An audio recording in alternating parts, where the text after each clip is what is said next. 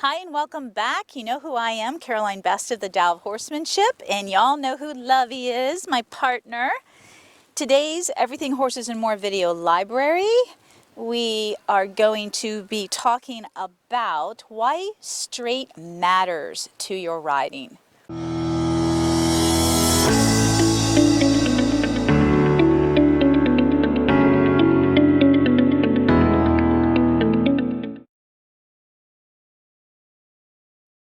Please remember that this video is a snippet. We only give you the snippet on YouTube, and if you would like to see all the full version videos, training videos that I offer, you can find them on my Everything Horses and More video library. I remember my mentor, Jack Brainard, explaining to our class why it was so important to develop a straight horse. And I also remember thinking to myself, straight horse? What the heck does he mean by that? Aren't all horses straight? One of the first classical principles to correct training and development of a riding horse is straightness. Horses are not naturally straight. Horses, like people, are not born symmetrical, meaning balanced or equal on both sides of their bodies, while being asymmetrical doesn't create problems for natural activities in our horses like playing, grazing, or running.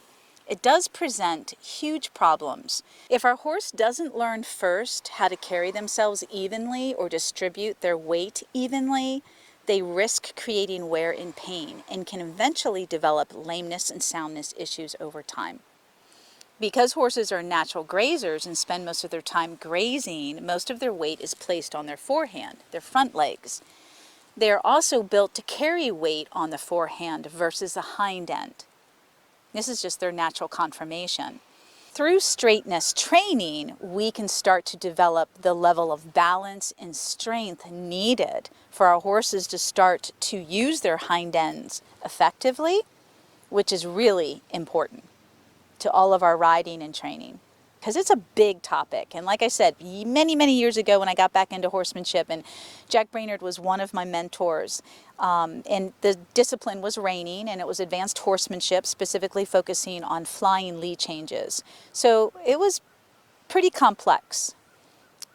And straightness was really important for that, for flying lead changes.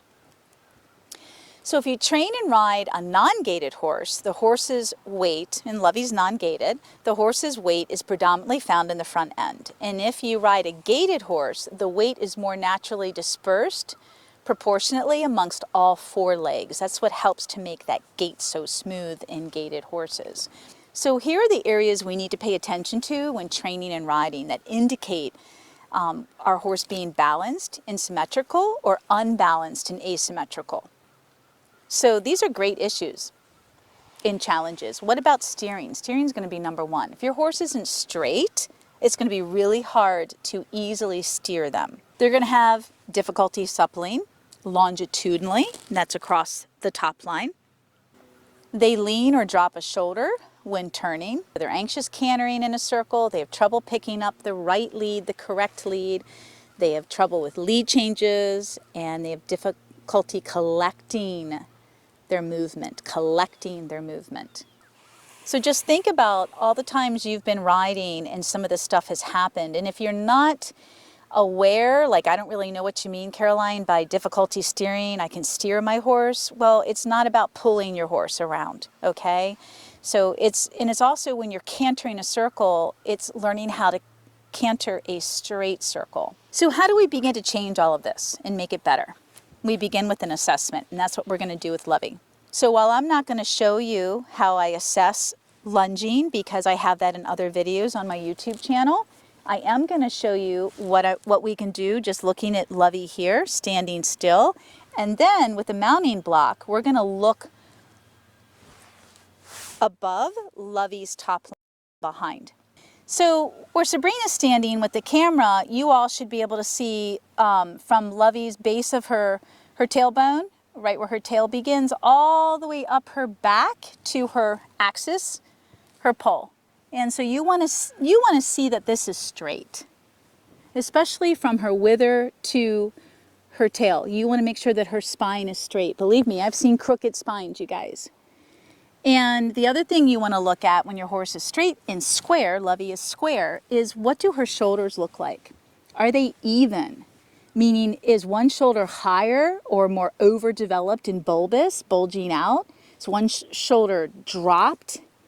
This is huge. And if one shoulder is higher or lower, it can say a lot about where they are in their hooves. Maybe one leg is shorter. Believe it or not, like us, just a little bit. Maybe that's where you need to build the hoof up on one side, or maybe it's the way the horse is carrying themselves. Obviously, they're not symmetrical. And so this is where asymmetry comes in. How crooked or unbalanced or uneven is your horse? This tells you so much of what you need to do, how they're carrying themselves, so forth and so on. All right, so that's the beginning of how we assess our horse, if they're straight or not, and why straightness is so important. If you'd like to, excuse me, are you ready? Yes, we've got more to film, don't worry. If you would like to learn all about this, I offer it in 2 of my courses. One is a spirituality, which has a lot to do with lunging, and of course my Mastery Membership Riding Foundation program. Again, this is a snippet on YouTube. If you're interested in the full-length video, you can subscribe to my Everything Horses and More video library. Thank you, and may you always be one with your horse.